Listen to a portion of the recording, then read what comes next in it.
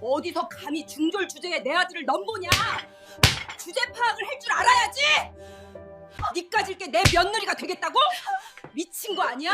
이 결혼 파토야. 당장 꺼져. 상견례 자리에서 세탁소 집 딸 주제에 중졸이라고 무시당한 제 딸이 뺨을 맞았습니다. 잘나가는 대형 프랜차이즈 미용실 원장인 예비사도는 그 거만함이 끝이 없었죠. 하지만 그들은 몰랐습니다. 수선집 딸이라고 무시했던 제가 어떤 사람인지를요. 저는 올해 64살에 강남에서 작은 세탁소를 운영하고 있는 박은숙이라고 합니다. 지금부터 드라마보다 기가 막히고 통쾌한 이야기를 들려드리겠습니다. 드라마 시작 전 구독과 좋아요를 꾹 눌러주시고 지금 어디서 듣고 계신지 댓글 남겨주시면 행운의 기운을 담아 그곳으로 보내드리겠습니다. 저는 어린 시절부터 30년 넘게 옷수선을 했고 지금은 세탁소를 운영하며 살고 있습니다. 남한테 피해주지 않고 제가 배운 기술 하나로 아이들을 키우며 정직하게 살아왔는데 제 딸이 이렇게 어이없는 시댁을 만나서 결혼할 뻔했습니다. 넉넉하진 않았지만 생전 처음으로 누군가에게 모욕을 당하고 복수해주고 싶다는 분노를 느낀 건 이번이 처음이었어요. 그날은 눈에 넣어도 아프지 않을 것 같은 제 딸아이 상견례가 있던 날이었어요. 장소는 서울 중심가에 있는 호텔이었습니다. 이름만 대면 누구나 알만한 호텔이었어요. 로비에 들어서는 순간부터 저는 긴장해서 손에 쥔 핸드백 끈을 놓지 못했어요. 낡은 가죽이 손바닥에 닿는 느낌이 이상하게 묵직했습니다. 시어머니 될 사람을 보는 자리라서 긴장했는지 제 딸 민경이도 제 팔꿈치를 살며시 잡았어요. 아무 말도 하지 않았지만 괜찮다는 뜻이었습니다. 민경이는 그날 연분홍 원피스를 입고 있었어요. 38년을 살아오면서 단 한 번도 명품이나 비싼 옷 한 벌 사주지 못했지만 그날만큼은 엄마로서 기쁜 날이었고 백화점에서 장만한 고운 옷을 입혀서 제 딸이지만 너무 이뻐 보였습니다. 아침에 화장을 마치고 나서 민경이가 거울 앞에 서 있던 모습이 지금도 눈에 선해요. 눈가에 잔잔한 설렘이 있었습니다. 사랑하는 사람과 처음으로 가족 앞에 서는 날이었으니까요. 민경이가 헤어클럽 몽몽과 거래를 시작한 건 10년 전이었습니다. 수선집에서 세탁소로 확장을 하고 나서 미용실 세탁 업무로 사업을 넓혀가던 시절이었어요.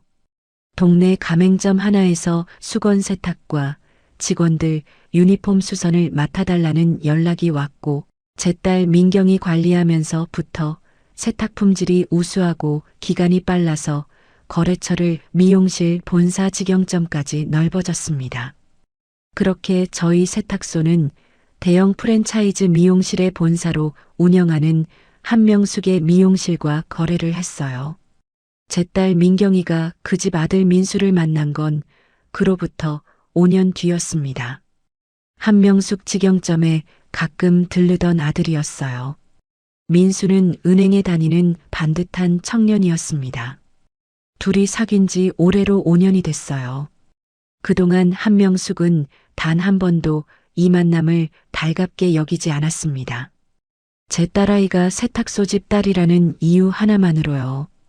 그래도 민수는 제 딸 민경이를 진심으로 사랑하고 엄마의 반대에도 불구하고 5년을 버티며 정식 상견례를 요청했고 한명숙이 마지못해 자리에 나온 것이었어요. 그게 오늘이었습니다. 호텔 엘리베이터가 열리고 VIP 상견례 룸 앞에 섰을 때 문 너머에서 향수 냄새가 먼저 흘러나왔습니다. 진하고 묵직한 냄새였어요. 문을 열자 한명숙이 이미 자리를 잡고 앉아 있었습니다. 62세라고 들었는데 처음 마주하는 순간 그 눈빛에서 모든 걸 알아버렸어요.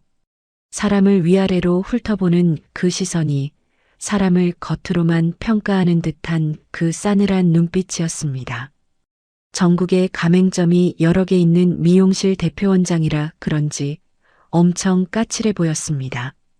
테이블 맞은편에 앉자마자 그 눈길이 제 손마디 위에 꽂혔어요. 30년 세탁일로 거칠어진 손이었습니다. 그 다음엔 제 핸드백으로 내려갔어요. 10년도 넘게 쓴 낡은 핸드백이었습니다. 한명숙의 입가에 아주 미세한 무언가가 스쳤어요. 웃음이라고 부르기엔 너무 야비한 것이었습니다. 인사가 오가고 차가 나왔어요. 제 딸 민경이 제 손을 테이블 아래서 꼭 잡고 있었습니다. 아이의 손이 미세하게 떨리고 있었어요. 저는 그 떨림을 느꼈습니다. 민수는 어머니 옆에 앉아 시선을 자꾸 테이블 아래로 내렸고 한명숙은 찻잔을 천천히 내려놓으며 민경이를 똑바로 보았습니다. 그 눈에는 처음부터 단 한 줄기의 따뜻함도 없었어요. 그 정적을 먼저 깨트린 건 한명숙이었습니다. 민경이라고 했니? 세탁 소집 딸내미라고 해서 별 기대는 안 했는데 대학은 나왔지? 민수는 민경이가 고등학교도 졸업하지 못했다는 사실을 엄마한테 얘기하지 않은 모양이었어요. 분명히 반대할 걸 알았으니까요. 그 말을 듣고 민경이가 놀란 표정이었지만 솔직하게 얘기했어요. 아니요, 어머님. 저는 어릴 때 동생들 학비 보태야 해서 사실 고등학교 다니다 중퇴하고 그때부터 어머니 세탁소 일을 도왔어요. 그 말이 끝나자마자 명숙은 어처구니 없다는 표정으로 차가운 물잔을 들더니 민경이 얼굴을 향해 뿌려버렸어요. 제가 옆에 있는데도 몰상식한 행동으로 제 딸아이에게 물을 뿌린 거예요. 어처구니가 없어서 제가 일어나서 말하려고 하자마자 먼저 내뱉었습니다. 어디서 감히 중졸 주제에 내 아들을 넘봐? 가진 것 없는 것도 마음에 안 드는데 중학교 나와서 내 며느리가 되겠다고? 미친 거 아니야? 이 결혼 파토야. 당장 꺼져. 기대를 잔뜩 품은 제 딸 민경이가 한명숙의 어처구니 없는 돌발 행동에 돌처럼 굳어버렸습니다. 한명숙은 거기서 멈추지 않았어요. 고등학교 근처도 못 가본 세탁소 집 딸이 며느리 자리를 탐내다니. 너희 같은 것들은 주제 파악을 해야지. 어디서 감히 은행 다니는 우리 아들을 탐내고 있어? 어머님, 지금 뭐 하시는 거예요? 민경이가 화가 나서 일어나서 반박을 하자. 순간적으로 한명숙이 제 딸아이의 뺨에 손바닥을 날렸습니다. 그제야 저도 어처구니가 없어서 자리에서 일어섰습니다. 너무 황당해서 저도 막말을 했는데 지금 돌이켜보면 경황이 없어서 뭐라고 했는지 정확하게는 기억하지 못했습니다.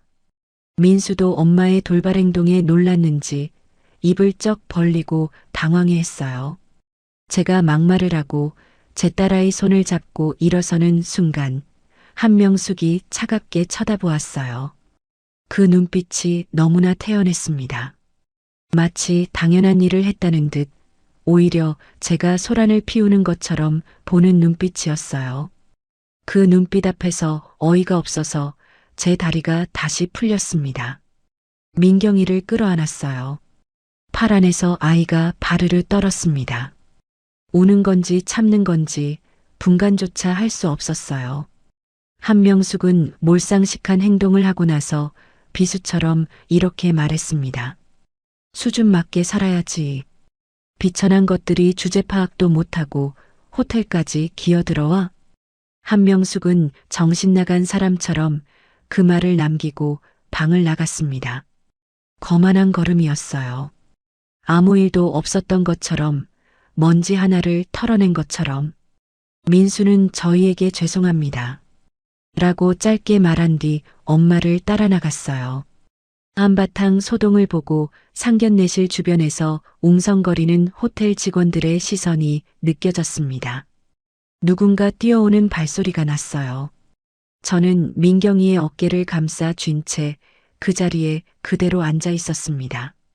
그 자리에서는 울지 않았어요. 울 수가 없었습니다. 텅 빈 상견례장에 저는 민경이와 둘이 남았습니다. 바닥에 엎질러진 물이 칙칙했고 민경이가 입은 옷이 물에 젖어 있었습니다. 저는 제 딸의 손을 꼭 잡았습니다. 20년 넘게 세탁소에서 세제 냄새 맡아가며 고생한 아이에게 미안한 마음뿐이었습니다.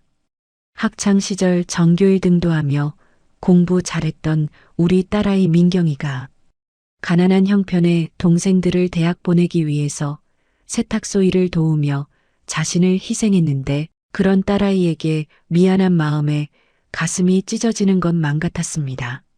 시간을 돌이켜보면 민경이가 학업을 포기하고 제 일을 도우게 된 건 2003년 겨울이었어요.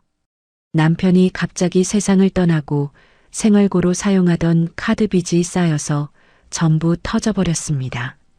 그때 저희는 단칸방으로 쫓겨났어요. 그의 민경이는 공부도 잘했고 전교에서 상위권 안에 드는 똑똑한 아이였어요. 수학 경시대회 상장이 3개였고 담임 선생님이 꼭 대학을 보내야 한다고 전화를 몇 번이나 주셨어요. 그런데 어느 날 아이가 갑자기 이렇게 말했어요. 엄마, 나 공부하기 싫어. 엄마한테 세탁소 일 배워서 돈 벌어서 우리 동생 지훈이 대학 보내는데 보탤 거야. 라고 말했어요.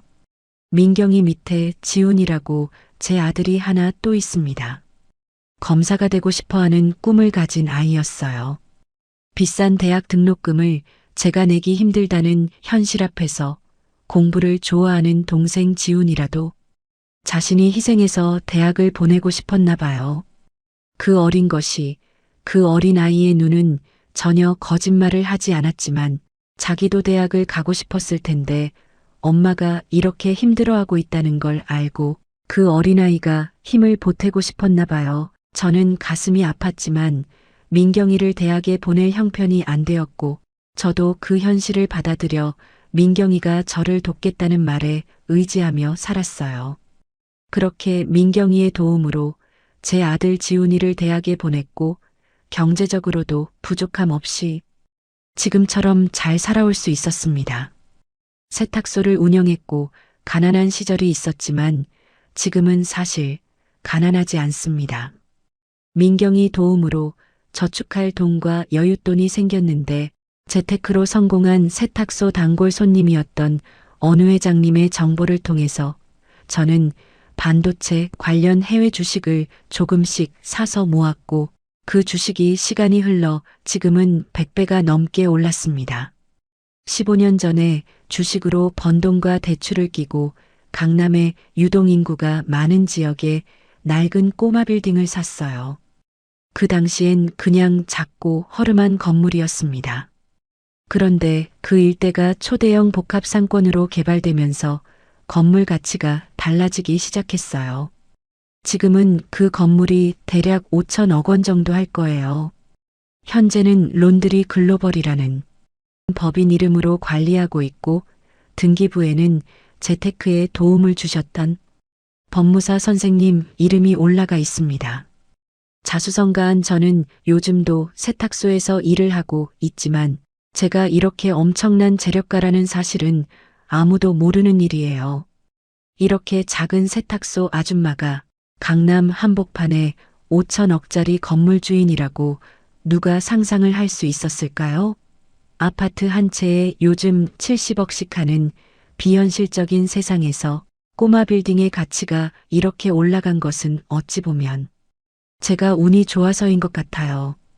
엄청난 부자라는 사실만은 주변에 알리고 싶지 않았고 때가 되면 아이들한테도 알려주려 했는데 제 딸이 이런 대접을 받고 나니 가만히 있을 수가 없었습니다. 하필 그리고 그 건물에 한명숙이 운영하고 있는 대형 미용실이 들어가 있습니다. 저는 지하철 계단에서 민경이 곁에 섰어요. 아이는 여전히 그 자리에 서 있었습니다. 세탁소로 돌아가는 길 내내 우리는 말이 없었어요. 집에 돌아와 불을 켰습니다. 민경이는 방으로 들어갔고 저는 충격받은 아이에게 상처가 될까봐 아무 말 하지 못했습니다. 그저 어깨를 토닥여주는 것만이 제가 할 수 있는 일이었어요. 상견례 다음 날 아침이었어요. 민경이는 방에서 나오지 않았습니다. 문틈으로 새어나오는 불빛이 밤새 꺼지지 않았어요. 세탁소 문을 열고 기계를 돌리면서도 자꾸 그 문 쪽을 돌아보았습니다. 아이가 밥을 먹었는지, 물이라도 한 잔 마셨는지. 그런데 말을 걸 수가 없었어요. 무슨 말을 해야 할지 몰랐습니다. 어머니라는 사람이 딸에게 해줄 수 있는 말이 그 순간엔 하나도 떠오르지 않았어요. 그 시각 민수는 한명숙과 마주 앉아 있었어요. 거실 소파에 앉은 한명숙은 민수의 말을 끊으며 손가락으로 테이블을 두드렸습니다. 그 손끝이 단호했어요. 민수야, 그 여자랑 당장 끝내라. 어디 근본도 없는 여자랑 결혼을 하려고 해? 세상에 여자는 세고 셌으니까 당장 헤어져. 엄마는 절대 이 결혼 허락 못하니까 네가 먼저 정리해. 알았어? 한명숙의 목소리는 높지 않았습니다. 오히려 낮고 차가웠어요. 그게 더 무서운 목소리였습니다. 엄마는 사람을 어떻게 겉만 보고 판단하냐며 마지못해 한 소리를 하고 돌아서 나가버렸습니다. 민수가 민경이에게 연락을 한 건 그로부터 2시간 뒤였어요. 민경이 방문이 잠시 열렸다가 닫혔습니다. 통화 소리는 들리지 않았어요. 하지만 전화가 끝난 뒤에 민경이가 부엌으로 나왔습니다. 아무 말 없이 물 한 잔을 따라 마셨어요. 한명숙에게 맞은 충격이 아직 가시지를 않았습니다. 그런데 며칠이 지나지 않아 이상한 일이 시작됐습니다. 헤어클럽 몽몽 가맹점들과의 저희 세탁소 거래가 뚝 끊겼어요. 10년을 한 번도 빠지지 않고 수건과 유니폼을 납품하던 곳들이었습니다. 느낌이 왔습니다. 한명숙 대형 프랜차이즈 미용실 원장이 자기 가맹점들이 저희 세탁소와 모든 거래를 끊도록 지시한 거였어요. 그리고 가맹점들에게서 문자가 왔습니다. 본사에서 지침이 내려왔어요. 죄송합니다. 더 이상 거래를 하기 힘들 것 같습니다. 짧은 문자였어요. 그 문자 한 줄이 무슨 뜻인지 이해하는 데는 오래 걸리지 않았습니다. 전국 단위로 가맹점을 거느린 여자가 본사 지침 하나로 가맹점 관리를 하며 갑질을 하고 거래를 끊어버린 거였습니다. 그녀는 거기서 그치지 않았어요. 며칠 뒤 세탁소 바로 옆 상가 빈자리에 본사 직영 세탁 서비스 입점 예정이라는 안내문이 붙었습니다. 강남 주변 상권에서 저희 세탁소에게 피해가 가게끔 의도가 너무나 선명했어요. 오랫동안 같은 자리에서 성실하게 일해온 저와 민경이를 향한 선전포고였습니다. 그래도 저희는 버텼습니다. 저는 그들이 상상하는 가난한 세탁소 주인이 아니었으니까요. 반드시 자신이 한 짓들을 후회하게 해줄 거라고 다짐하며 마음속으로 평정심을 유지했어요. 그래도 미용실이 아닌 기존의 저희 세탁소를 이용하는 단골 손님들 옷을 더 정성껏 관리했습니다. 수선 비용을 조금 낮추고 수거와 배달도 저희가 무료로 직접 다니기 시작했어요. 민경이가 아무 말 없이 옆에서 거들었습니다. 저도 민경이가 받은 상처가 잊혀지려면 차라리 이렇게 바쁘게 일하는 게 나을 것이라고 생각했으니까요. 그런데 어느 날 새벽이었어요. 세탁소 앞에 음식물 쓰레기가 쏟아져 있었습니다. 봉투째 던진 게 아니었어요. 일부러 풀어 헤쳐 놓은 거였습니다. 악취가 진동했어요. 그 옆에는 전단지가 붙어 있었습니다. 중졸 학력 사기꾼 모녀. 손님들의 수선비를 떼먹는다는 내용이었어요. 제 이름과 민경이 이름이 나란히 박혀 있었습니다. 어처구니 없는 상황에 저는 손이 떨렸어요. 분노 때문이 아니었습니다. 무서워서도 아니었어요. 그 전단지를 손에 쥐는데 민경이가 뒤에서 다가왔습니다.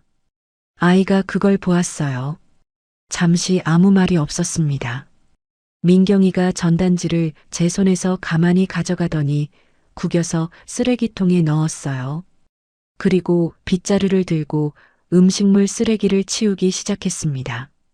아무렇지도 않은 척하는 얼굴이었어요. 그 얼굴을 보며 가슴이 아팠습니다. 어떤 부모가 이 장면을 보고 가만히 있을 수 있을까요?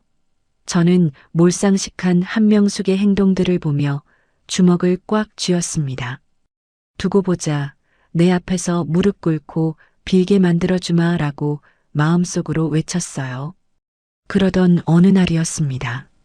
저희 세탁소가 입주한 건물 관리인에게서 연락이 왔어요. 임대료 인상 통보였습니다. 계약서에 명시된 갱신 조건보다 훨씬 높은 금액이었어요. 관리인의 목소리가 어색하게 딱딱했습니다. 본인 의지가 아니라는 게 말투에서 느껴졌어요. 이 자리에서 장사한 지 10년이 지나서 임대차 보호법의 적용을 받지 못했는데 이렇게까지 악랄하게 하는 것을 보니 한명숙이 힘을 써서 저희 세탁소가 있는 건물의 건물주를 통해서 저를 길바닥으로 내쫓으려 하고 있었어요. 그 밤이었습니다. 민경이가 세탁소 한 구석에 앉아 세탁물을 정리하고 있었어요. 부어오른 얼굴 자국은 많이 가셨지만 완전히 사라지지 않았습니다. 아이가 옷을 부려하며 말했습니다. 엄마, 그냥 우리가 참자. 나도 민수랑 헤어질 거야. 어떻게 저런 몰상식한 행동을 할 수가 있는지. 차라리 잘 됐어.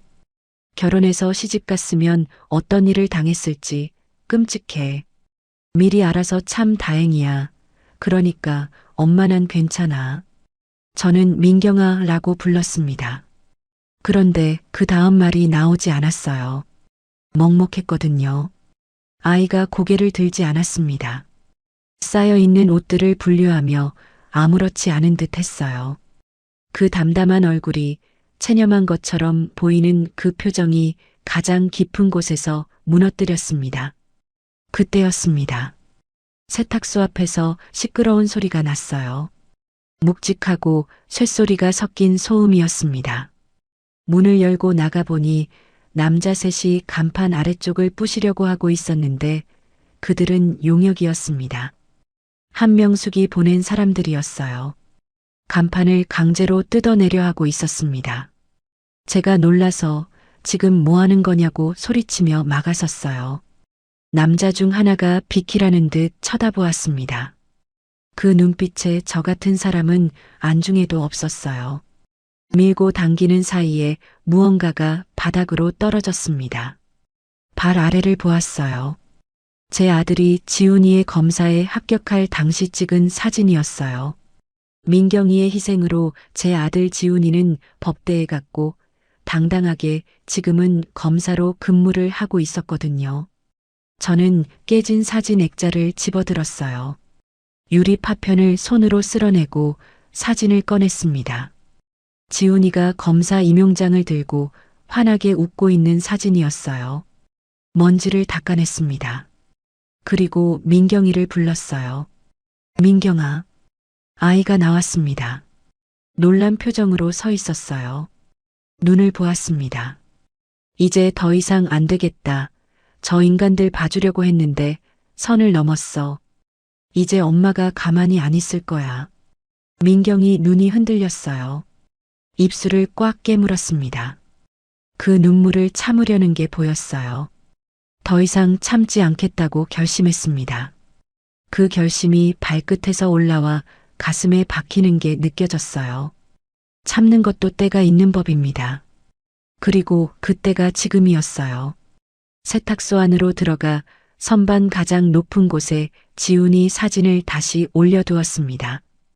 이제 저들에게 본때를 보여줄 때가 됐습니다. 저는 제가 지금까지 숨겨온 건물주라는 정체를 밝혀줄 등기 권리증을 꺼내보았습니다. 론드리 글로벌. 제가 만든 법인 이름이었어요. 강남 한복판에 한명숙이 운영하는 대형 프랜차이즈 미용실 건물의 진짜 주인이 저라는 사실이 일종이 한 장에 담겨 있었습니다. 법인 인감을 손바닥에 올려놓았어요. 민경이는 방으로 들어간 뒤였습니다. 세탁소에 혼자 앉아 오래도록 그 인감을 들여다보았어요. 이걸 사용하는 순간 지금까지와는 상황이 모든 게 달라집니다. 더 이상은 감출 수는 없었습니다. 지금은 작은 세탁소 아줌마일 뿐이지만 앞으로는 달라질 거예요. 그리고 대한민국 검사 아들을 둔 제가 이제는 반격할 준비를 해야 했습니다. 다음 날 아침이었습니다. 법무법인 태산의 대표 변호사에게 전화를 걸었어요. 10년 전부터 론드리 글로벌의 법률 자문을 맡아온 사람이었습니다.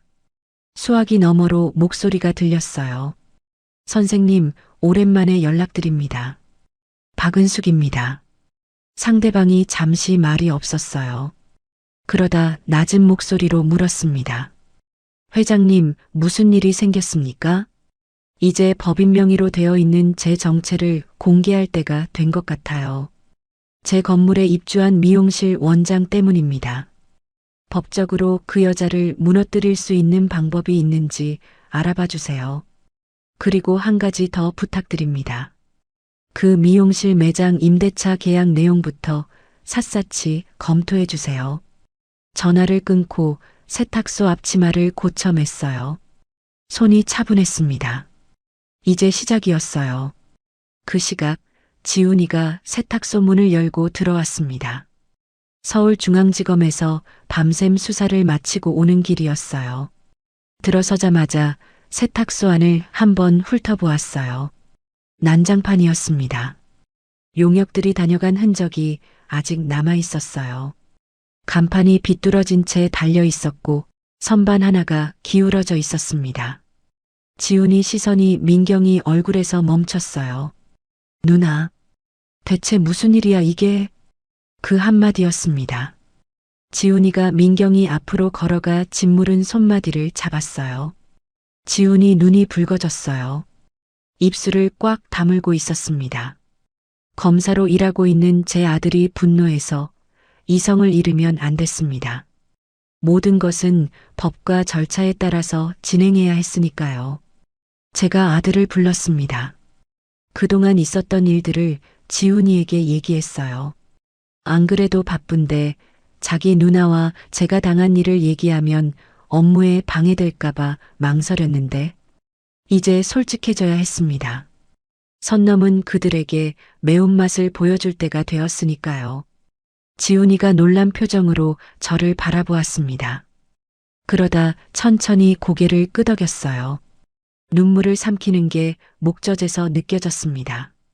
이 아이는 알고 있었어요. 엄마가 어떤 사람인지, 그리고 엄마가 무엇을 준비하고 있는지를요. 지훈이는 그날 저녁 검찰청으로 돌아갔습니다. 이해 충돌을 피하기 위해 한명숙 관련 사건을 동료 검사 성준이에게 정식으로 배당하도록 유도했어요. 가족이 연루된 사건을 직접 맡으면 나중에 빌미가 될 수 있다는 걸 알고 있었습니다. 냉철한 판단이었어요. 자신은 배우에서 한명숙이 운영하는 프랜차이즈 미용실의 문제점들을 파헤치기 시작했어요. 한편 그 시각 민수는 은행 본사 리스크 관리팀 사무실에 혼자 남아 있었어요. 모니터 화면을 응시하는 눈빛이 굳어 있었습니다. 어머니 한명숙의 법인 계좌 심사 보고서였어요. 가맹점주들의 보증금을 담보로 무리한 불법 대출을 시도하고 있다는 내용이었습니다. 숫자들을 따라가면 따라갈수록 입안이 말라붙었어요. 민수는 보고서를 닫았다가 다시 열었습니다. 몇 번을 반복했는지 모르겠어요.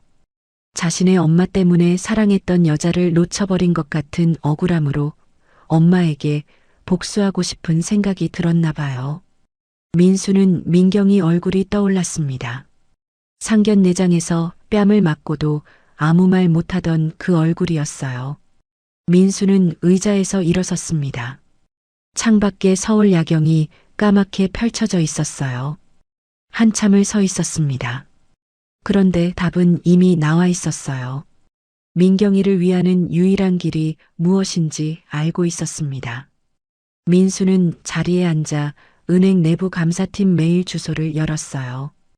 회계 데이터와 심사 보고서를 첨부했습니다. 손가락이 잠시 멈췄어요. 그리고 전송 버튼을 눌렀습니다. 돌이킬 수 없는 일을 한 거였어요. 그걸 알면서도 눌렀습니다. 며칠이 지난 뒤였어요. 법무법인 태산에서 연락이 왔습니다. 변호사가 한명숙 매장의 임대차 계약을 처음부터 끝까지 검토한 결과였어요. 법무사 선생님도 함께 세탁소로 찾아오셨습니다. 눈빛은 여전히 날카로웠습니다. 자리에 앉자마자 물었어요. 회장님, 한명숙이란 여자 조사해 보니 문제점이 많습니다. 한 방에 무너뜨릴 수 있을 정도예요.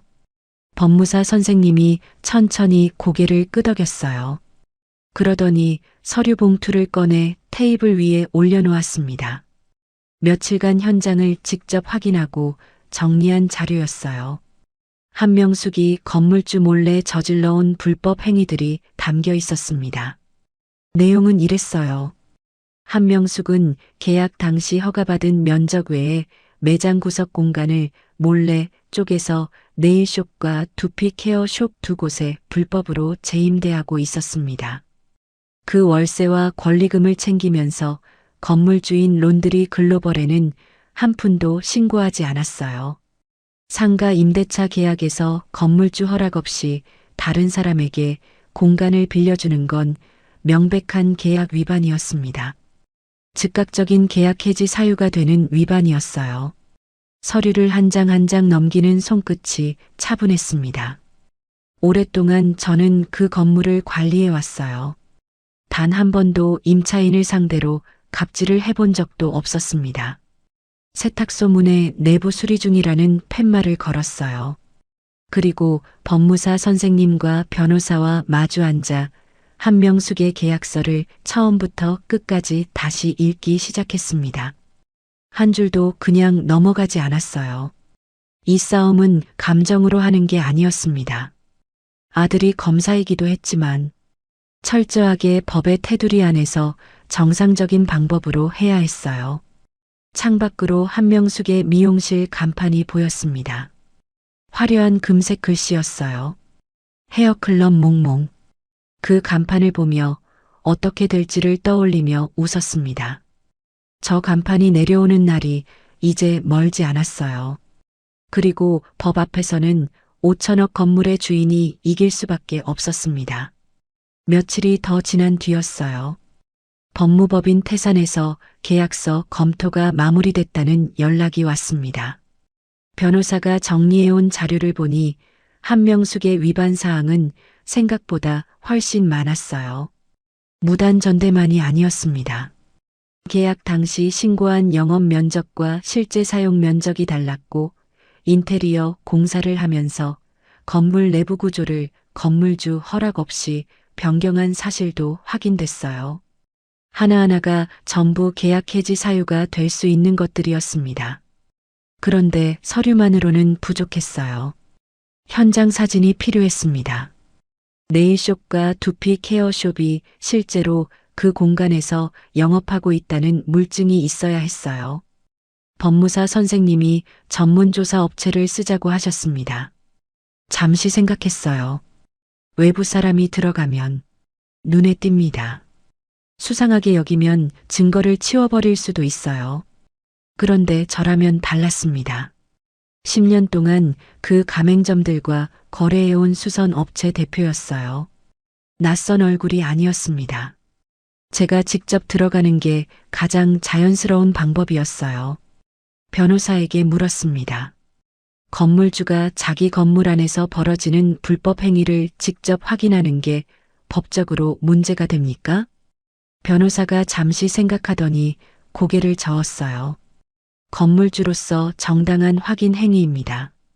다만 상대방 동의 없이 촬영하면 문제가 될 수도 있으니 현장 확인 후 저희가 공식적으로 현장 조사를 신청하는 방식으로 처리하겠습니다. 그게 더 확실합니다. 알겠습니다. 그럼 제가 먼저 들어가서 눈으로 확인하고 오겠습니다. 다음 날 아침이었습니다. 낡은 작업복을 입고 수선 도구가 든 가방을 챙겼어요. 거울을 한번 바라보았습니다. 저는 산전수전 공중전을 다 겪은 수선집 아줌마였지만 사실 누구보다 힘이 있는 재력가였습니다. 저 여자는 지금 누구를 건드린지 상상도 못하고 있을 거예요. 저는 헤어클럽 몽몽 본사에 직접 전화를 걸었습니다. 10년 동안 세탁 업무를 맡아온 거래처라고 밝히고 직영점 유니폼 상태를 직접 확인하고 견적을 드리고 싶다고 했어요. 본사 직원이 잠시 확인하더니 괜찮다고 했습니다. 예약을 잡았어요. 담당자는 당연한 듯 받아주었습니다. 한명숙의 직영점 문을 열고 들어서는 순간 규모가 엄청났어요. 대형 프랜차이즈 미용실답게 디자이너들과 스태프들 직원들이 20명은 넘는 것 같았어요.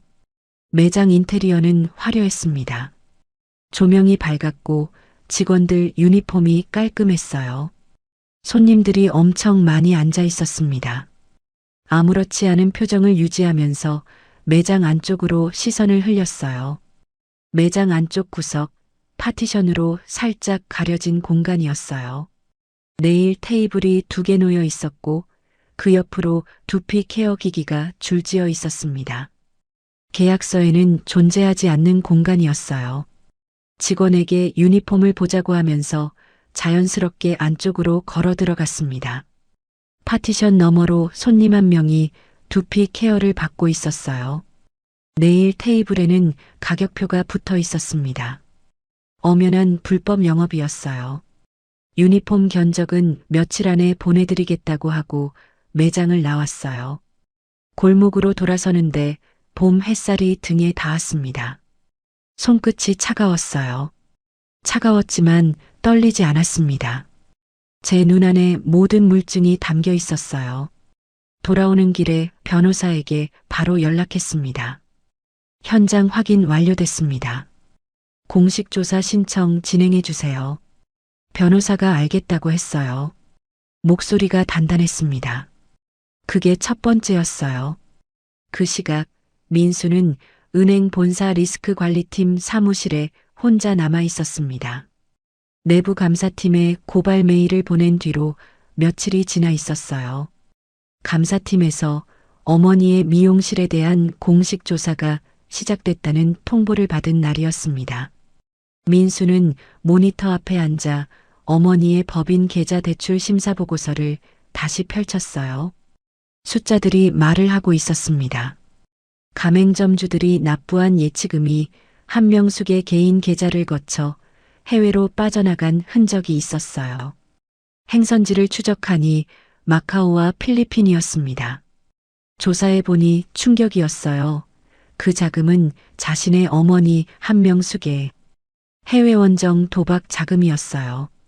민수는 보고서를 출력해서 감사팀 담당자에게 직접 전달했습니다. 그리고 한명숙 법인 명의로 진행 중이던 신규 대출 심사를 전면 보류 처리했어요. 은행 내부 규정상 감사 진행 중인 법인에 대한 신규 대출은 즉시 중단할 수 있었습니다. 한명숙이 가맹점들을 대대적으로 모집하는 창업 설명회를 앞두고 가맹점주들에게 약속한 지원금 대출이 막히는 순간이었어요. 화면에 심사 보류라는 문구가 떴습니다. 민수는 그 화면을 한참 바라보았어요. 자신의 어머니 얼굴이 떠올랐습니다. 아들이라서 자신의 엄마를 감싸주려고 했지만 손이 움직이지 않았어요. 민수는 취소 버튼을 누르지 않았습니다. 의자에서 일어나 창밖을 보았어요. 서울 도심이 환하게 펼쳐져 있었습니다. 저 어딘가에 민경이가 있었어요. 민수는 창유리에 이마를 살짝 기댔습니다. 차가웠어요. 그 차가움이 오히려 머리를 맑게 했습니다. 자신도 옳은 일을 하고 있다는 걸 알고 있었어요. 그걸 알면서도 엄마 등에 비수를 꽂아야 한다는 사실에 마음이 무거운 거였습니다. 지훈이는 그 무렵 동료 검사 성준이와 함께 움직이고 있었습니다. 한명숙에게 피해를 본 가맹점주들을 비밀리에 접촉하는 작업이었어요. 전국에 흩어진 점주들이었습니다. 한 명 한 명 찾아가는 데만 열흘 가까이 걸렸어요. 처음에는 입을 열지 않으려는 사람들도 있었습니다. 본사의 불공정한 계약서와 보복이 두렵다고 했어요. 그 마음이 이해됐습니다. 그날 제 딸에게 한 행동한 몰상식한 정도의 여자라면 얼마나 갑질을 했을지 상상이 됐어요. 그때 경기도 구리에서 가맹점을 운영하던 50대 미용실 가맹점주가 먼저 입을 열었어요. 한명숙이 유통기한이 지난 염색약을 정상가로 강매하고 인테리어 공사비를 부풀려 차액을 챙긴 증거를 갖고 있었습니다. 녹취록도 있었어요. 그 점주가 파일을 꺼내놓으며 오열했습니다. 이거 혼자 들고 있다가 가게 망할까봐 잠을 못 잤어요. 그 말이 오래 귓가에 남았습니다. 한 명이 입을 열자 둘이 되고 둘이 되자 열이 됐어요. 열흘 뒤에는 전국 50여 명이 프랜차이즈 가맹점 미용실 점주들이 증거 파일과 녹취록을 아들 지훈이에게 넘겼습니다. 그 파일들이 쌓이는 걸 나중에 전해 들었을 때 손 안에서 무언가가 단단해지는 느낌이 들었어요. 그 무렵이었어요. 한명숙의 수행 비서가 세탁소로 찾아왔습니다. 30대 초반의 남자였어요. 정장을 빳빳하게 차려입고 서류 봉투를 들고 있었습니다. 세탁소 문을 열고 들어서더니 좁은 공간을 한번 둘러보았어요.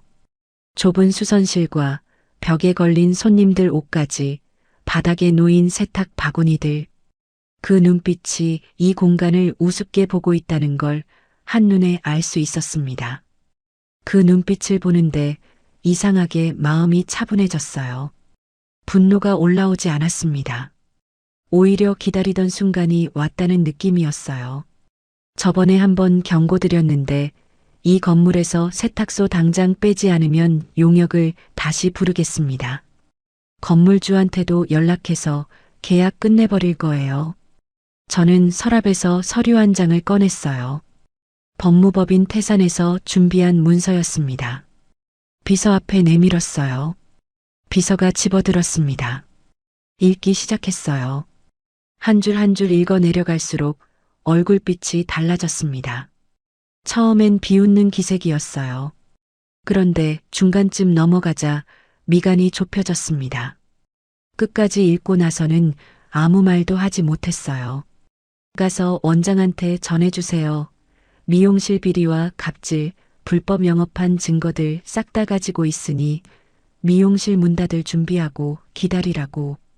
깜짝 놀란 표정에 한명숙 비서가 서류를 테이블 위에 내려놓으려다 멈칫했습니다. 그러더니 봉투를 들고 큰일 났다는 표정을 지으면서 세탁소를 나갔어요. 문이 닫혔습니다. 한명숙의 미용실 간판은 여전히 환하게 켜져 있었습니다. 헤어클럽 몽몽. 화려한 금색 글씨였어요. 저 안에서는 지금 무슨 일이 벌어지고 있을까요? 당황한 비서가 돌아가서 뭐라고 보고를 할까요?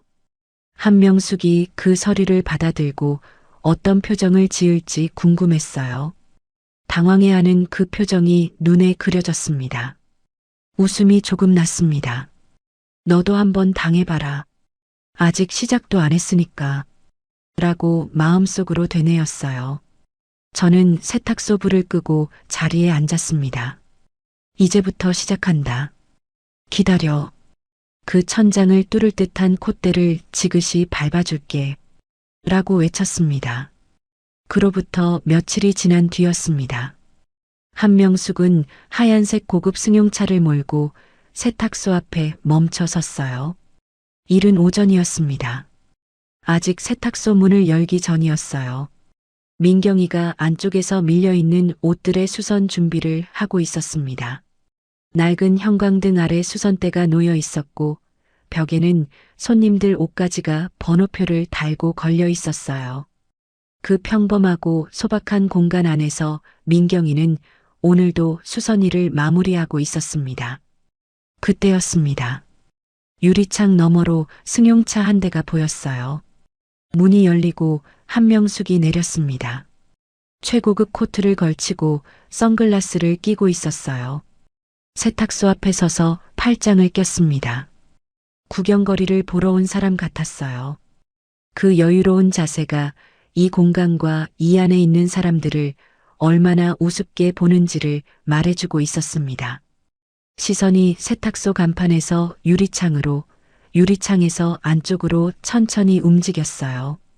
민경이가 유리창 쪽을 보았습니다. 손에 쥔 바늘이 멈췄어요. 어깨가 살짝 굳었습니다. 저는 민경이 곁으로 걸어가 어깨에 손을 얹었어요. 괜찮다고 눈으로 말했습니다. 아이가 천천히 고개를 끄덕였어요. 숨을 고르는 게 보였습니다. 세탁소 문을 열고 나갔어요. 봄 공기가 찼습니다. 한명숙이 선글라스 너머로 저를 내려다보았어요. 입가에 비웃음이 걸려 있었습니다. 아직도 세탁소를 운영하고 있네? 즐긴 것들. 이라고 짧게 말했어요. 그리고 주변을 한번 둘러보았습니다. 세탁소 안으로 들어와서 저에게 말했습니다. 여기 건물주가 재건축 들어간다고 하던데 제일 먼저 나가야 할 때가 어딘지 알지? 숨을 한번 들이켰어요. 그리고 법무법인 태산에서 준비한 서류 봉투를 꺼냈습니다. 당당하게 한명숙 앞에 내밀었어요. 아직 똥오줌 분간도 못하는 상태인 것 같은데 이거나 한번 읽어보세요. 한명숙이 제 말을 듣고 얼척없다는 표정으로 봉투를 받아들었습니다. 코웃음을 쳤어요. 뭐야? 이게. 봉투를 열고 서류를 꺼내 들었습니다. 읽기 시작했어요. 처음엔 그 비웃음이 그대로였습니다. 그런데 한 줄 한 줄 내려갈수록 입가가 굳어졌어요. 무단으로 미용실에 전대를 주고 계약 면적 초과 사용, 무단 구조 변경. 항목마다 날짜와 근거가 붙어 있었습니다. 서류 마지막 줄에는 법적 효력 발생일이 오늘 날짜로 찍혀 있었어요. 당신 이게 지금 뭐야? 제가 말했습니다. 당신 미용실 오늘부로 임대차 계약 해지입니다. 한명숙이 서류를 내렸어요. 선글라스 너머 눈빛이 처음으로 흔들렸습니다. 목소리가 날카로워졌어요. 우리 건물주가 누군데 그래? 당신이 어떻게 알아? 누가 이런 걸 보낸 거야? 곧 알게 될 거예요. 똥오줌 가릴 준비 안 됐으면 미용실 가서 상황 파악이나 좀 하세요. 저는 날카롭고 당당하게 말했습니다. 그리고 아무 말 하지 않았어요. 세탁소 안으로 들어와 문을 닫았습니다. 유리창 너머로 차 앞에서 한명숙이 떨리는 손으로 서류를 들고 서 있는 모습이 보였어요. 한 발짝도 움직이지 못하고 있었습니다. 62년을 살아오면서 저런 표정을 지어본 적이 없을 거였어요. 누군가가 개입해서 자신을 무너뜨리려고 한다는 답답한 표정이었습니다. 그런데 그게 너무 충격적인 결과로 이어질 것이 보이니까 앞이 보이지 않는 표정이었어요. 똥오줌 못 가린다고 제대로 한 방 먹여준 것 같아서 통쾌했고 그 서류를 보고 당황한 표정을 짓는 것을 보고 가슴 한쪽이 시원해졌습니다. 지금부터 시작이다. 아직 매운맛도 안 보여줘서 기다려. 그 모습을 본 민경이가 다가왔어요. 낮은 목소리로 물었습니다. 엄마, 저 아줌마 표정 봤어? 응, 봤어. 너도 봤니? 저 똥 씹은 표정? 민경아, 아직 복수는 시작도 안 해서 네가 받은 상처 100배 1000배로 돌려줄 거야. 두고 봐. 민경이가 창밖을 보았어요. 한참을 보다가 눈을 내렸습니다. 눈가가 촉촉했어요. 우는 게 아니었습니다. 뭔가 오랫동안 참아온 것들이 조금씩 풀리는 눈빛이었어요. 그 눈빛을 보는데 목이 메었습니다. 딸아이가 그동안 희생하며 가족들을 위해서 살아온 세월을 생각하는 것 같았어요. 저는 민경이 손을 잡았어요. 차가웠습니다. 늘 차가운 손이었어요. 세탁소 독한 공기 속에서 20년을 굳어온 손이었습니다. 그 손을 꼭 쥐었어요. 아이가 손을 빼지 않았습니다. 그런데 한명숙은 거기서 멈추지 않았어요. 차 안으로 들어간 한명숙은 전화기를 들었습니다. 손가락이 빠르게 움직였어요. 론드리 글로벌이라는 법인에 대해서 한번 알아봐. 대표가 누군지, 실소유주가 누군지 다 캐봐. 당황한 상태로 한 짧은 통화였습니다. 그 시각 론드리 글로벌의 등기부상 대표는 저의 지인이었던 법무사 선생님이었습니다. 한명숙이 아무리 뒤져도 박은숙이라는 이름은 나오지 않았어요. 법무사 선생님은 한명숙 쪽에서 조회 시도가 들어오자 저에게 바로 알렸습니다. 움직이기 시작했어요, 회장님. 예상했던 일이었습니다. 아무리 조사해도 그 미용실 건물이 회장님 소유라는 걸 찾기는 쉽지 않을 거예요. 이틀 뒤 한명숙 쪽 변호사가 보낸 내용 증명이 도착했습니다. 계약 해지 통보는 절차상 하자가 있으므로 무효이며 불응할 경우 법적 조치를 취하겠다는 내용이었어요. 태산 변호사에게 바로 넘겼습니다. 변호사가 검토하더니 고개를 저었어요. 절차상 하자 없습니다. 오히려 이 내용 증명으로 저쪽이 무단 전대 사실을 알면서도 계속 영업했다는 게 더 명확해졌어요. 잘 왔네요. 그 말에 저도 모르게 웃음이 나왔습니다. 그러던 어느 날 오후였어요. 한명숙이 민수에게 전화를 걸었습니다. 그 시각 민수는 은행 본사 사무실에 있었어요. 화면에 어머니 번호가 떴습니다. 잠시 바라보다가 받았어요. 민수야, 론드리 글로벌이라는 법인 좀 알아봐줘. 대출 정보든 뭐든. 어머니, 그건 제가 할 수가 없어요. 왜 못해? 네가 은행에 있잖아. 고객 정보를 무단으로 조회하면 큰일 나요. 법 위반이에요. 그리고 저 지금 감사 진행 중이에요. 수화기 넘어가 잠시 조용해졌습니다. 그러더니 목소리가 낮아졌어요. 야, 김민수. 지금 엄마 부탁인데 그거 하나 못 들어주냐? 민수는 창밖을 보았습니다. 숨을 한번 내쉬었어요. 어머니, 죄송해요. 제가 먼저 감사팀에 신고했어요. 미용실 감사가 이미 조사 시작됐습니다.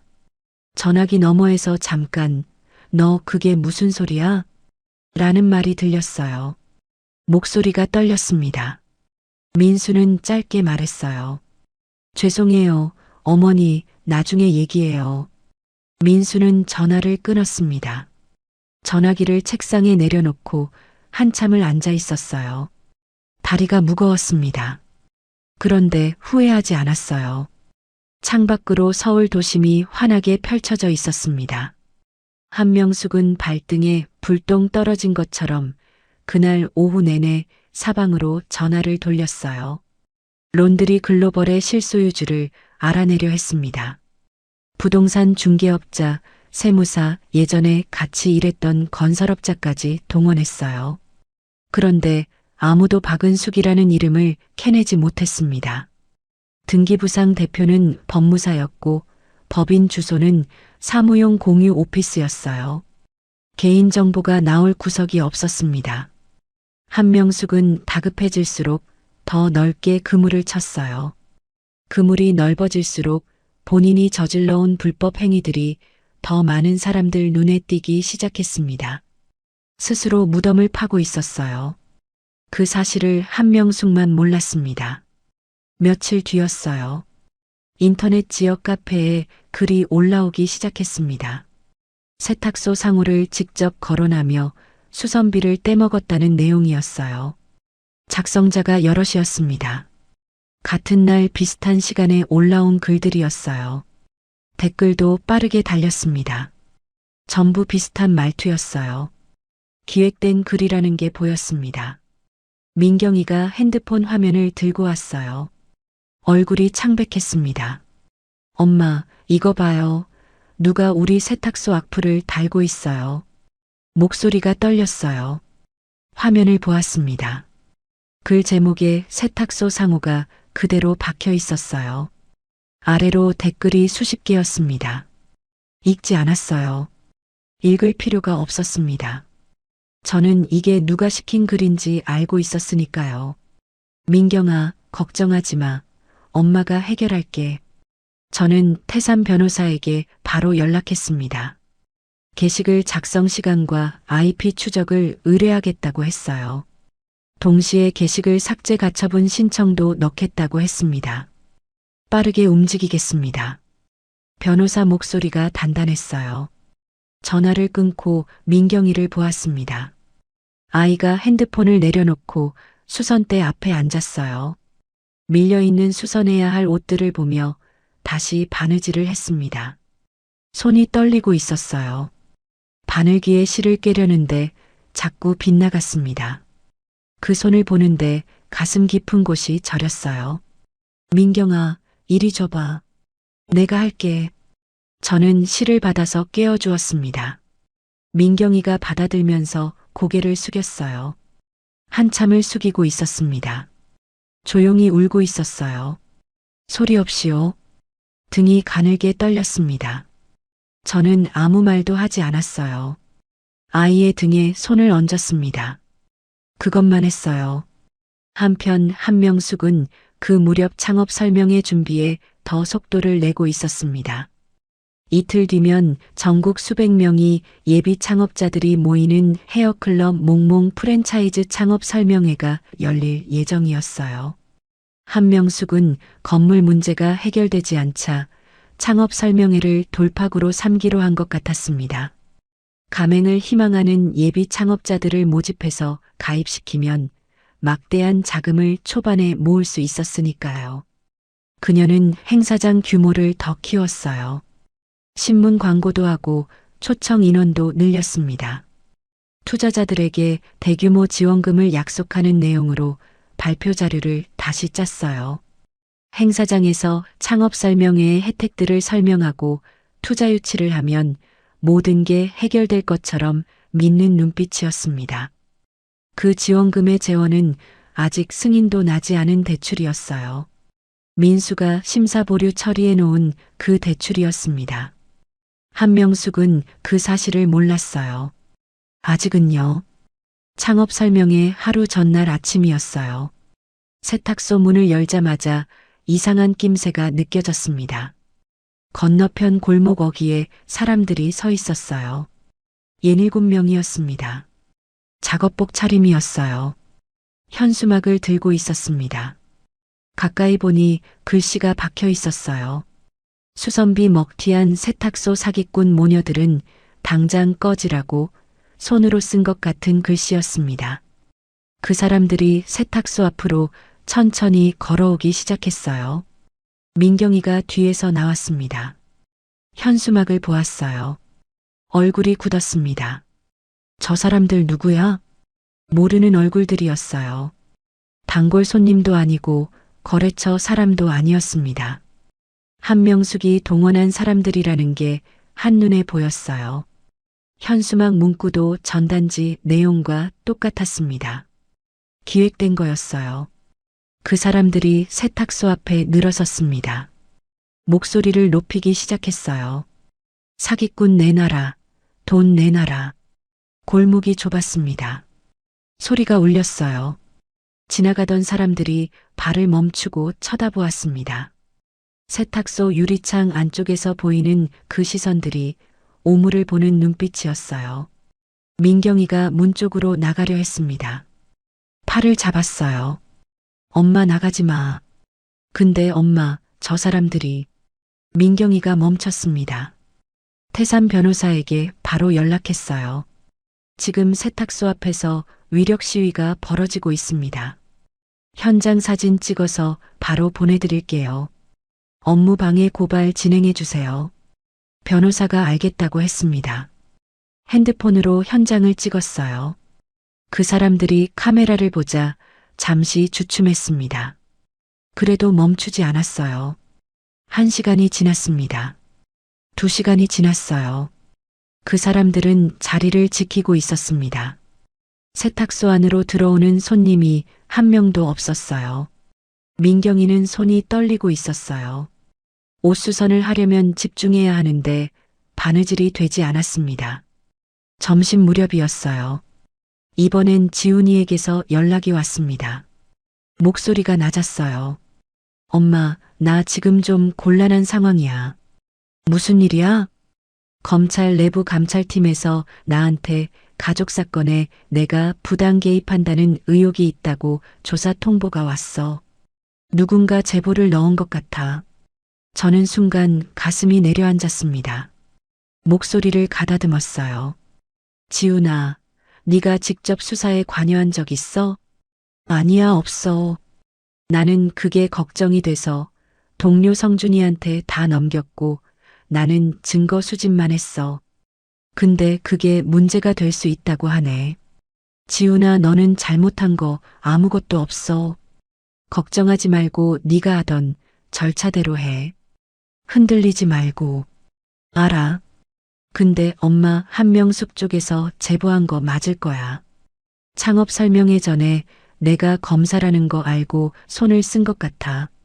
저는 긴장의 끈을 놓으면 안 되겠다고 생각을 하고 아들 전화를 끊었습니다.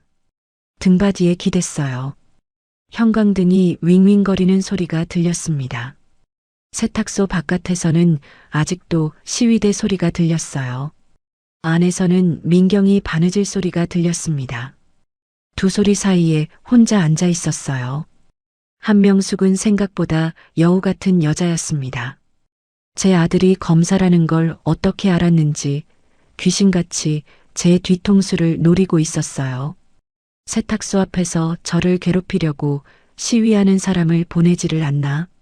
제 아들이 검사라는 걸 알고 사건에 개입했다고 감찰 제보를 하지 않나? 여론을 잡기 위해서 인터넷에 허위 게시글을 올리지 않나? 가만히 앉아서 당하지는 않겠다는 지렁이도 밟으면 꿈틀한다는데 자신도 뭔가 당하면 안 되겠다고 생각했는지 많은 걸 준비하고 있는 것 같았습니다. 그날 오후였습니다. 모르는 번호에서 전화가 왔어요. 변호사 사무실 직원이었습니다. 박은숙 씨 맞으세요? 오늘 오전에 개인 계좌로 가압류 신청이 들어왔습니다. 확인해 보셔야 할 것 같아요. 가압류요? 네. 수선비 횡령 혐의로 피해자 측에서 고소장을 접수해서 신청한 거예요. 태산 변호사에게 바로 넘겼습니다. 변호사가 검토하더니 말했어요. 한명숙 쪽에서 가짜 피해자들을 내세워 신청한 겁니다. 법적 근거가 없어요. 취소시킬 수 있습니다. 다만 시간이 며칠 걸려요. 그때까지는 계좌가 묶입니다. 며칠이요? 어처구니 없네요. 그게 가능해요? 진위 여부는 파악하고 압류해야 하는 거 아니에요? 전화를 끊고 계산했어요. 세탁소 임대료, 기계 유지비, 재료비. 전부 그 계좌에서 나가는 돈들이었습니다. 어처구니 없는 한명숙의 반경에 저도 며칠을 버텨야 했어요. 버텨진다고 판단했습니다. 그런데 그 판단을 하면서도 손이 차가웠어요. 뜨거운 차 한 잔이 필요했습니다. 그런데 일어서지 못했어요. 민경이가 걱정스런 표정으로 수선을 하다가 말고 일어나서 잠시 뒤 따뜻한 차를 들고 왔어요. 제 앞에 내려놓았습니다. 엄마, 너무 걱정하지 마요. 잘 될 거예요. 우리 지훈이가 검사잖아. 그리고 엄마도 지금까지 잘 해왔잖아요. 그날 저녁이었어요. 민경이 핸드폰으로 문자가 왔습니다. 민경이가 화면을 보더니 저한테 내밀었어요. 장소와 시간이 적혀 있었습니다. 오늘 저녁 8시 인근 카페. 드릴 말씀이 있습니다. 한명숙, 민경이가 말했어요. 엄마, 한명숙 아줌마가 보자고 하는데 다녀올게. 안 돼. 그 여자가 또 무슨 짓을 할지 몰라. 아니야, 괜찮아. 엄마, 그 여자가 무슨 말을 하려는 건지 들어야 해. 그래야 우리가 더 알 수 있잖아. 민경이 말이 맞았습니다. 저는 생각했어요. 태산 변호사에게 연락했습니다. 지금 상황에서 어떻게 대처해야 하는지 차분하게 물었어요. 변호사가 잠시 생각하더니 말했습니다. 그 여자와 대화하는 걸 녹음하면 됩니다. 협박이나 회유 발언이 나오면 그게 증거가 돼요. 가셔도 됩니다. 민경이를 불렀어요. 민경아, 핸드폰에 녹음 기능 켜놓고 있어. 혹시 모르니까, 알았지? 알았어. 엄마, 너무 걱정하지 마. 그렇게 당했는데 또 당하겠어? 그 눈빛이 달랐어요. 5년 전 민수를 처음 데려왔을 때의 눈빛이 아니었습니다. 오래 참아온 사람의 눈빛이었어요. 그 시각 카페 안쪽 자리에 한명숙이 먼저 와 앉아 있었습니다. 평소보다 차림이 수수했어요. 선글라스도 없었습니다. 피곤한 기색이 얼굴에 배어 있었어요. 민경이가 들어서자 한명숙이 자리를 가리켰습니다. 민경아, 여기 앉아. 민경이가 맞은편에 앉았어요. 한명숙이 커피잔을 두 손으로 감싸며 말을 꺼냈습니다. 목소리가 낮았어요. 내 동생 검사 옷 벗기고 싶지 않으면 우리 미용실 건물주한테 연락해줘. 나랑 합의 보자고. 알아보니까 네 동생이 검사던데 대단하네. 너는 중졸인데 어떻게 동생은 검사가 됐냐? 민경이가 아무 말도 하지 않았어요. 한명숙이 서류 한 장을 내밀었습니다. 이 서류에 사인하면 돼. 모든 법적 분쟁 취하하고 서로 책임 안 묻는 거야. 내 동생 지키고 싶으면 빨리 결정해. 민경이가 서류를 내려다보았습니다. 한참을 보았어요. 한명숙이 다시 말했습니다. 네가 학벌이 없고 중졸이라는 게 잘못이 아니라는 거 나도 알아.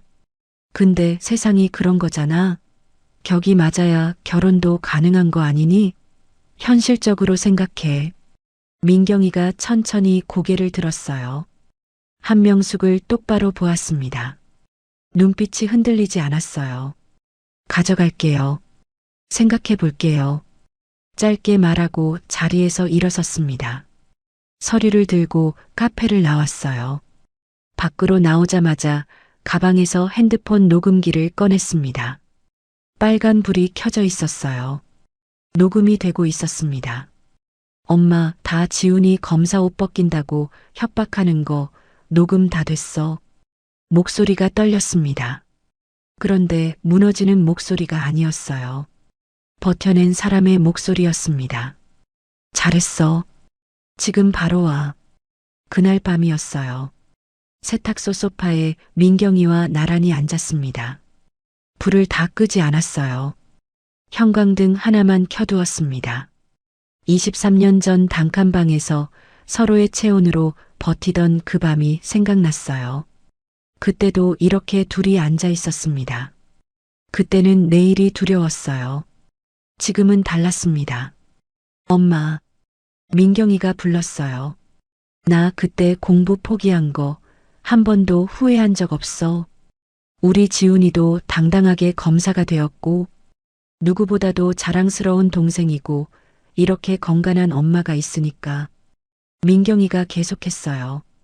내가 그때 나조차고 엄마 돕지 않고 학교나 다니고 돈이나 썼으면 아마 지훈이도 검사 되기 힘들었을 거야.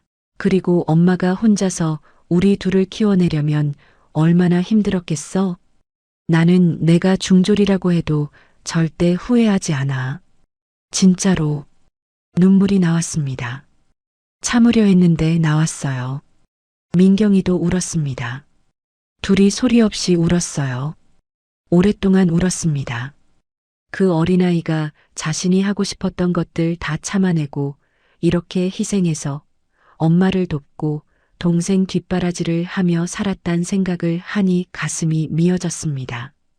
그렇게 자란 딸아이가 저런 모진 여자를 만나서 이렇게 중졸이라고 무시나 당하게 한 못난 제 자신에게도 마음속으로 한탄을 했어요. 한참 뒤에 민경이가 먼저 눈물을 닦았어요. 그리고 물었습니다. 우리 내일 그 여자 나락으로 보내는 거지? 저는 민경이 손을 잡았어요. 꽉 쥐었습니다. 응, 당연하지. 그 여자가 한 직 그대로 돌려받게 해줄 거야. 민경이가 제 어깨에 머리를 기대었습니다. 손바닥 안에 핸드폰이 쥐어져 있었어요. 차가웠습니다. 그런데 이보다 든든한 게 없었어요. 드디어 프랜차이즈 미용실 창업 설명회 당일 아침이었어요. 저는 일찍 일어났습니다. 민경이는 아직 자고 있었어요. 조용히 방문을 닫고 세탁소로 나왔습니다. 불을 켰어요. 낡은 수선대, 벽에 걸린 손님들 옷까지, 바닥에 놓인 세탁 바구니들. 30년을 함께한 공간이었습니다.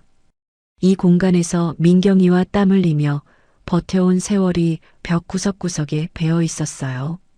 오늘 이 공간을 잠시 떠날 생각을 하니 이상하게 마음이 차분해졌습니다. 세탁소 앞치마를 집어들었어요. 그리고 내려놓았습니다. 오늘은 이게 아니었어요.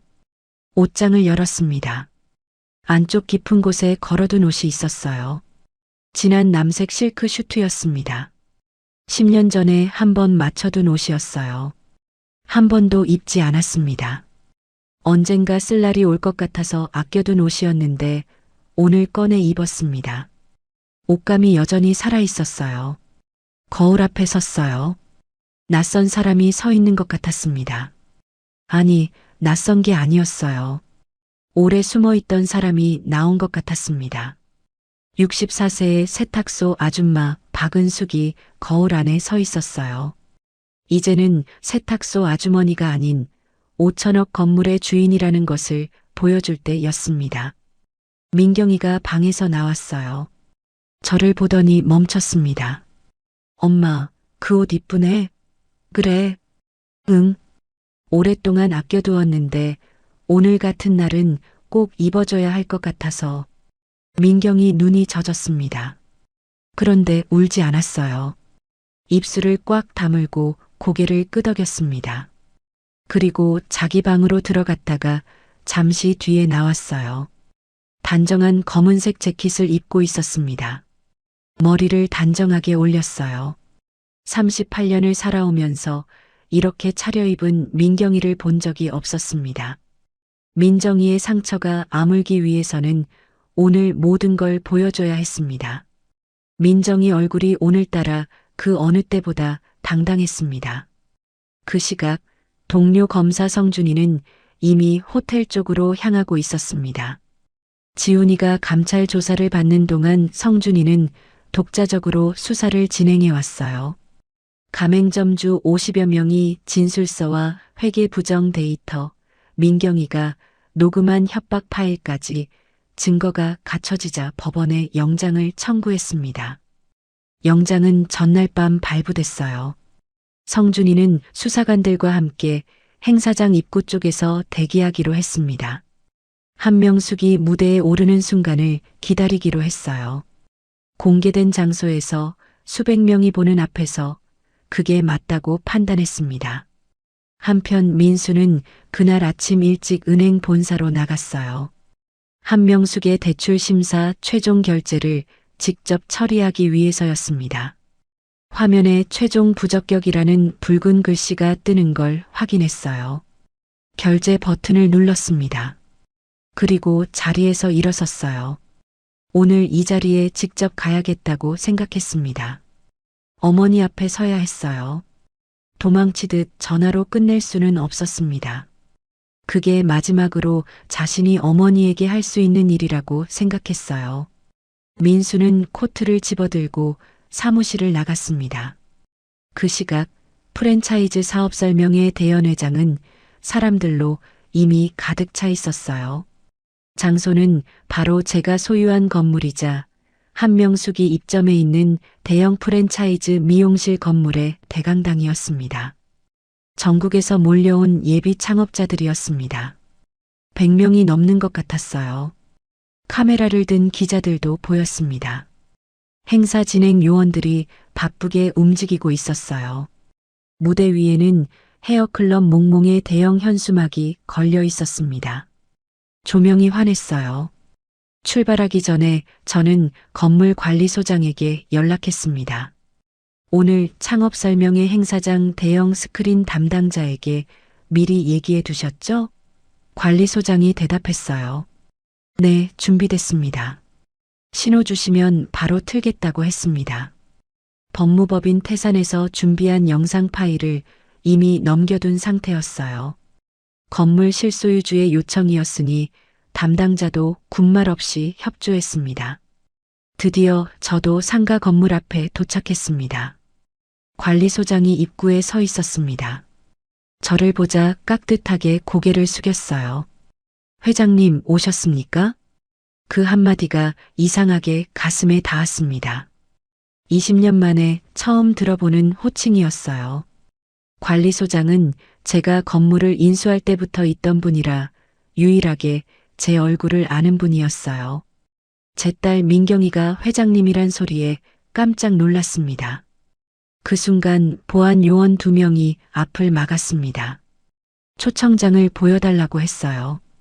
관리소장이 앞으로 나섰습니다. 목소리가 단호했어요. 이분이 바로 이 건물의 주인이십니다. 비키세요. 보안 요원들이 멈칫했습니다. 서로 눈빛을 교환했어요. 관리소장이 다시 말했습니다. 빨리 열어주세요. 보안 요원들이 고개를 숙이며 문을 열어주었어요. 민경이가 놀란 눈빛으로 물었어요. 엄마, 회장님이란 게 무슨 소리야? 민경아, 조금만 기다려. 다 얘기해 줄게. 저는 그렇게 말하고 민경이와 나란히 걸었습니다. 대연회장 문 앞에 섰어요. 손잡이를 잡았습니다. 민경이가 옆에서 제 팔을 살짝 잡았어요. 힘주어 잡는 게 느껴졌습니다. 손잡이를 당겼어요. 문이 열렸습니다. 수백 명의 시선이 한꺼번에 쏟아졌어요. 무대 위에 막 올라가려던 한명숙이 고개를 돌렸습니다. 최고급 드레스를 입고 있었어요. 그 눈이 저를 발견하는 순간 멈췄습니다. 그녀의 표정이 굳었어요. 입술이 움직였습니다. 저 세탁소집 여자가 어떻게 여기에 들어온 거야? 목소리가 낮았어요. 그런데 손이 떨리고 있었습니다. 마이크를 쥔 손이었어요. 저는 천천히 걸었습니다. 사람들이 길을 비켜주었어요. 무대 앞까지 걸어갔습니다. 계단을 올랐어요. 한명숙이 소리를 높였습니다. 지금 뭐 하는 거예요? 당장 내려가. 보안 요원들 당장 저 사람 여기서 끌어내요. 사회자가 당황해서 다가왔습니다. 마이크를 달라고 했어요. 사회자가 멈칫했습니다. 관리소장이 무대 옆에서 말했어요. 드려요. 어서. 마이크를 잡았습니다. 연회장이 조용해졌어요. 수백 명이 숨을 죽이고 있었습니다. 카메라 플래시가 터졌어요. 저는 담담하고 냉정하고 차분하게 천천히 말했습니다. 저는 이 건물의 실소유주 박은숙입니다. 그리고 한명숙 씨, 방금 여러분께 약속하려던 지원금, 그 대출 오늘 아침 최종 부적격으로 거절되었습니다. 결국 프랜차이즈 희망하시는 분들에게 사기를 치려고 했던 것이 다 드러났어요. 사업설명회장이 술렁였어요. 사람들이 서로 쳐다보았습니다. 민경이도 놀란 눈으로 저를 바라봤어요. 그때 믿을 수 없다는 표정으로 한명숙이 앞으로 나왔어요. 눈빛이 흔들리고 있었습니다. 지금 무슨 소리 하는 거야? 당신이 여기 건물주라고? 미친 거 아니야? 네. 당신이 세탁소 아줌마로 알고 있던 제가 바로 이 건물의 실제 소유주입니다.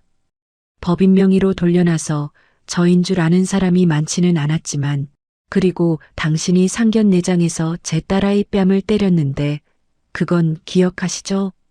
사업설명회장이 완전히 조용해졌어요. 그 순간이었습니다. 무대 옆 대형 스크린이 켜졌어요. 관리소장에게 신호를 보낸 거였습니다.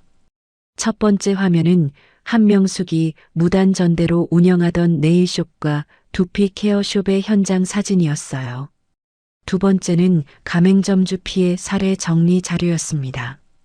세 번째는 민경이를 협박하던 카페 녹음 파일의 녹취록이었어요. 글자 하나하나가 스크린을 채웠습니다. 연회장 안에 수백 명이 그 화면을 보았어요. 웅성거림이 커졌습니다. 기자들이 카메라를 들었어요. 한명숙의 얼굴이 창백해졌습니다. 이게 무슨 미친 소리야? 한명숙이 마이크를 잡으려 했어요. 손이 떨렸습니다. 마이크를 잡았지만 말이 나오지 않았어요. 수백 명이 눈이 자신을 향하고 있었습니다. 그 눈들이 조금 전까지와는 달라져 있었어요. 기대의 눈빛이 아니었습니다. 의욕의 눈빛이었어요. 그때 민수가 연회장 입구에서 걸어 들어왔습니다. 코트를 입은 채였어요. 한명숙이 아들을 바라보았습니다. 민수야. 목소리가 흔들렸어요. 민수가 걸어왔습니다. 어머니 앞에 섰어요. 한참을 서로 보았습니다. 말이 없었어요. 민수가 먼저 입을 열었습니다. 목소리가 낮았어요. 어머니, 대출 오늘 아침에 가맹점 상대로 불법 대출을 받으려고 한 거 제가 직접 부적격 처리했어요. 그리고 감사팀 고발도 제가 한 거예요. 한명숙이 민수의 팔을 잡았습니다. 목소리가 낮아졌어요. 야, 너 지금 어미한테 어떻게 이럴 수가 있는 거야? 내가 누구 때문에 이렇게까지 한 줄 알아? 민수가 팔을 천천히 빼냈어요. 그리고 말했습니다. 알아요. 근데 어머니, 법을 위반한 건 잘못된 거예요. 저는 그걸 바로잡고 싶었어요. 그 말이 전부였어요. 더하지 않았습니다. 그 짧은 말이 어떤 긴 설명보다 무거웠어요. 한명숙이 어이가 없는 표정으로 아들 민수를 보았습니다. 민수가 고개를 숙이고 시선을 내렸어요. 어머니의 눈을 더 이상 마주하지 않았습니다. 그 순간 입구 쪽에서 발소리가 들렸어요. 성준이와 검찰 수사관들이었습니다. 성준이가 한명숙 앞에 섰어요. 영장을 꺼냈습니다.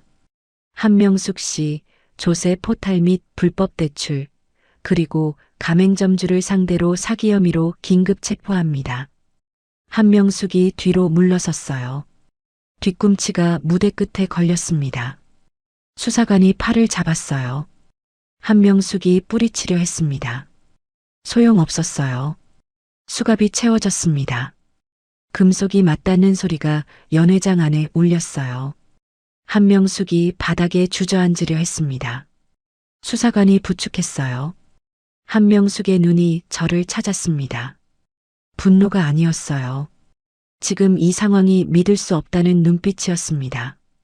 세탁소 아줌마라고 깔보고 무시했던 이 여자가 자기가 월세를 내고 있는 건물의 주인이라는 게 믿기지 않았나 봐요.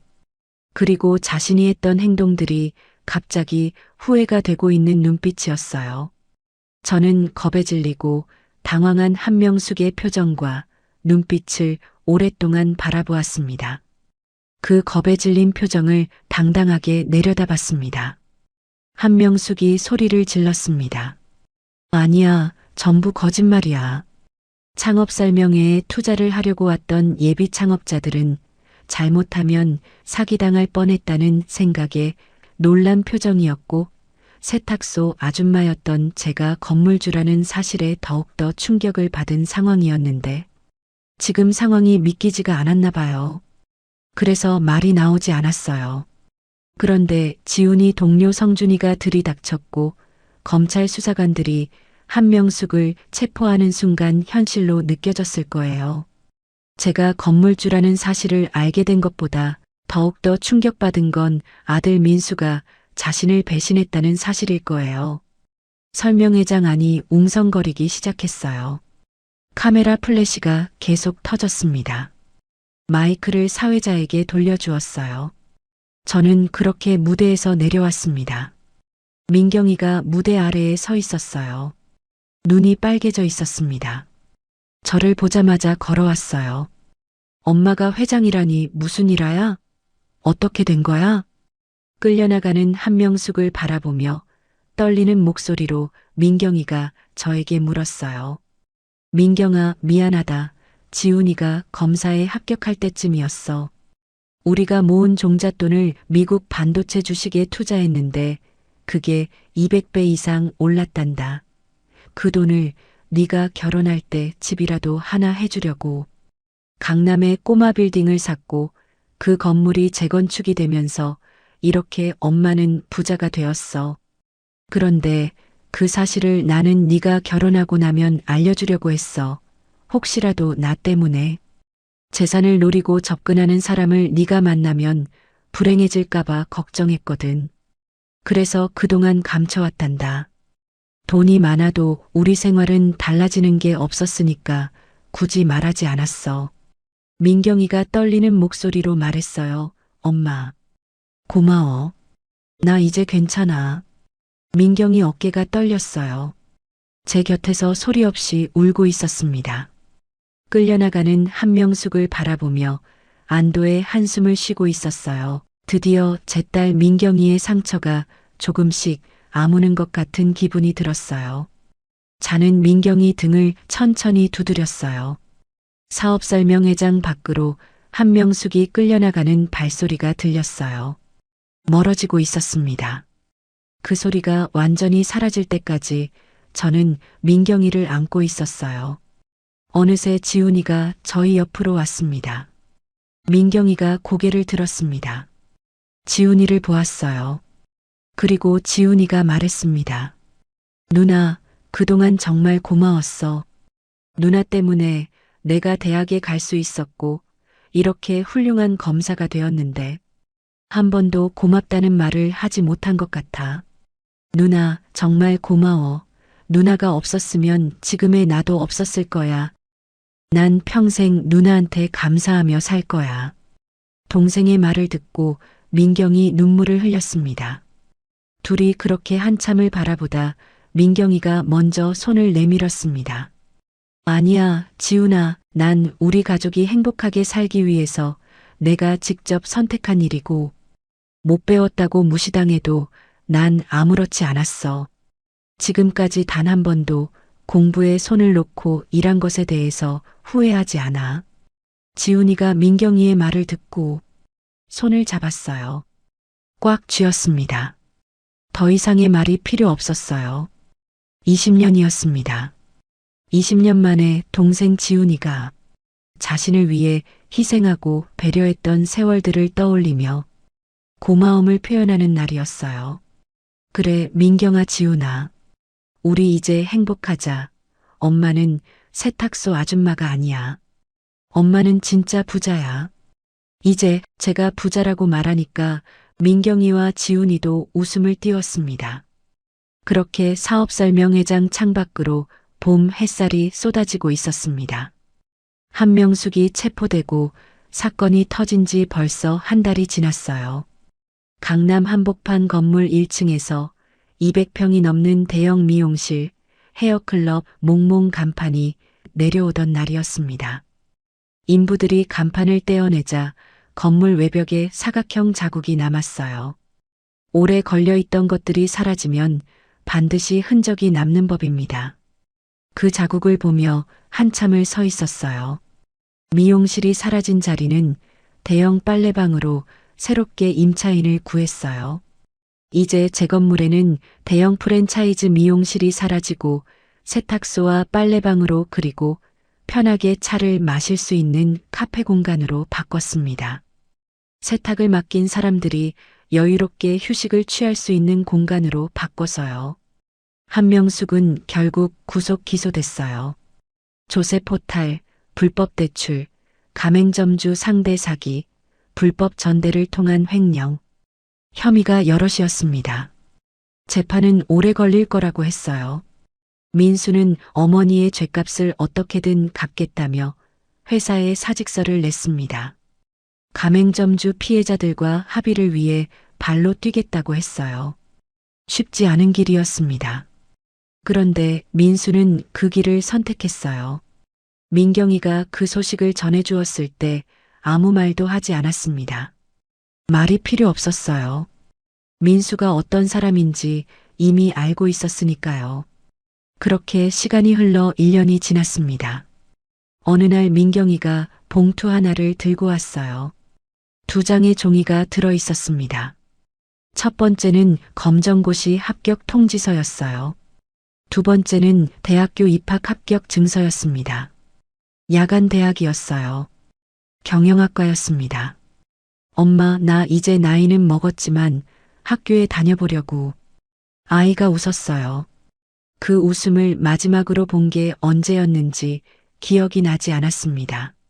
아니, 기억이 없는 게 아니었어요. 오래전에 묻어둔 거였습니다. 봐도 모른 척 했던 거였어요. 그 웃음이 이제 제대로 피어 있었습니다. 합격 통지서를 받아들었어요. 한참을 보았습니다. 손이 떨렸어요. 이번엔 차가워서가 아니었습니다. 잘했어. 우리 딸, 네가 원하는 거 이제 뭐든지 할 수 있어. 엄마가 반드시 우리 딸이 원하는 거 뭐든지 할 수 있게 해줄 거야. 저는 그 말밖에 나오지 않았어요. 오랜만에 검사일로 바쁜 지훈이와 민경이와 함께 셋이 밥을 먹었습니다. 특별한 자리가 아니었어요. 세탁소 뒷방의 작은 식탁이었습니다. 민경이가 된장찌개를 끓였어요. 지훈이가 밥을 3그릇 떴습니다. 아무도 특별한 말을 하지 않았어요. 저희는 그냥 먹었습니다. 숟가락 소리만 들렸어요. 그 소리가 이상하게 따뜻했습니다. 어느 날 오후였어요. 새로 꾸민 수선실에 혼자 앉아 있었습니다. 손님이 맡긴 코트가 수선을 기다리고 있었어요. 오래된 코트였습니다. 안감이 헤어지고 단추가 2개 떨어져 있었어요. 수선이 필요한 옷들이 책상 위에 쌓여 있었고 오랫동안 해왔던 것처럼 자연스럽게 일을 시작했습니다. 손이 먼저 기억하고 있었어요. 30년 동안 그래왔으니까요. 제가 건물주라는 것을 알게 된 후에도 우리의 삶은 큰 변화는 없었습니다. 예전처럼 저희에게 주어진 일을 평범하게 해왔고 그 평범함 속에서 행복을 느끼며 살아가고 있었어요. 달라지는 건 하나도 없었습니다. 창밖으로 봄 햇살이 들어오고 있었어요. 건물 앞 골목에 사람들이 지나갔습니다. 장을 보러 가는 사람, 아이 손을 잡고 걷는 사람, 핸드폰을 보며 걷는 젊은 사람. 저마다 자기 속도로 걷고 있었어요. 그 모습을 보며 손을 움직였습니다. 창밖으로 골목이 보였어요. 해가 조금씩 기울고 있었습니다. 민경이는 쌓여있는 세탁물들을 분류하고 있었어요. 손님들 옷 위로 따뜻한 햇살이 내려앉고 있었습니다. 여러분, 오늘 이야기 어떻게 들으셨나요? 박은숙 씨는 가난한 시절을 거저 자수성가했지만 겉으로 사람을 판단하지 않고 평범하고 정직하게 살아왔습니다. 딸 민경이의 희생으로 동생을 검사까지 만들었고 재테크로 남부럽지 않은 엄청난 재력까지 갖추었지만 여전히 평범하고 소소한 행복에 감사해하며 겸손하게 살아가고 있습니다. 가족에 대한 사랑은 세상 그 어느 무엇보다 가장 강력한 무기가 된다고 생각합니다. 오늘 이야기가 여러분의 마음에 작은 위로가 되었다면 구독과 좋아요를 눌러주세요. 그리고 지금 어디에서 듣고 계신지 댓글로 알려주시면 그곳으로 행운의 기운을 가득 담아 보내드리겠습니다. 늘 건강하시기를 기원드리며 오늘도 따뜻하고 행복한 하루 보내시기 바랍니다. 감사합니다.